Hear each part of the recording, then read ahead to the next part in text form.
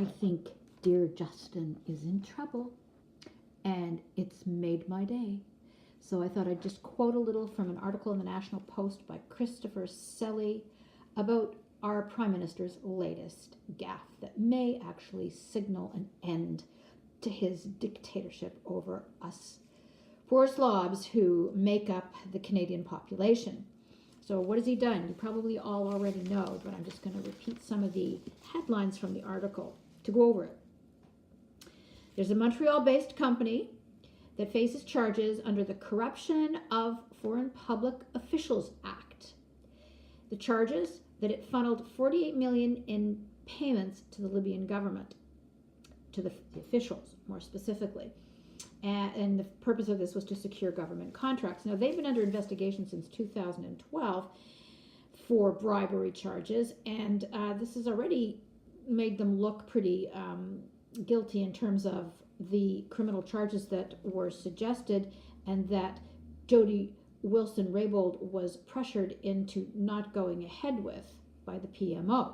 Now, when asked about this during question period, Trudeau's resorted to his typical Hallmark card answers, and so the question repeated in different ways over the question period was, did you or anyone in your office pressure the former Attorney General to abandon the prosecution of SNC-Lavalin? This is the Montreal-based engineering firm that is come under scrutiny.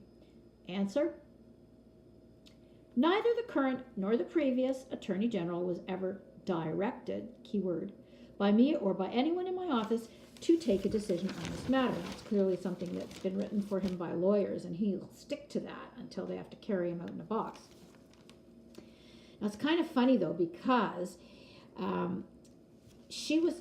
Wilson-Raybould was shuffled into a position that seemed to be beneath her in January. Nobody really knew why she was shuffled until now. And when asked yesterday what she had to say about the matter, she replied, no comment, which in itself says and speaks volumes. What I find really interesting is that Justin Trudeau is now absenting himself from the House of Commons for obvious reasons. So he has a spokesperson who was out there, Liberal MP Marco Mendicino, a former federal prosecutor, and until August 2018, the parliamentary secretary to the Attorney General. He went on CBC, the very nonpartisan state broadcaster, to further rebut the allegation of PMO interference. And here's where I find this kind of interesting. Quote, he said, neither directed nor pressured nor influenced. Insert whatever adjective you want. Well, FYI, Mr. Mendicino. Neither of those words are adjectives, they're verbs. Sorry, the teacher in me just can't help going there.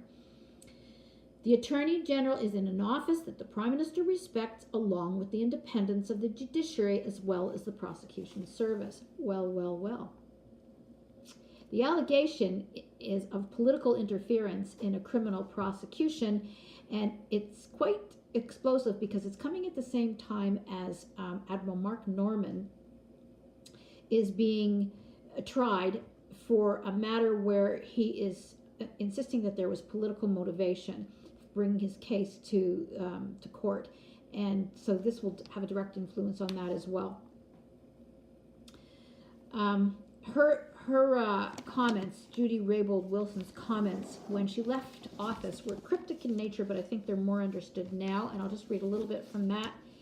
After Wilson-Raybould was shuffled, she published an unusual statement on her website that hinted at disagreements with the Prime Minister's office. And here are the two quotes that I'll end with. It has always been my view, she says, that the Attorney General of Canada must be non-partisan. And in this respect, always willing to speak truth to power. So now we know that there is at least one person in the Liberal cabinet that actually has some integrity.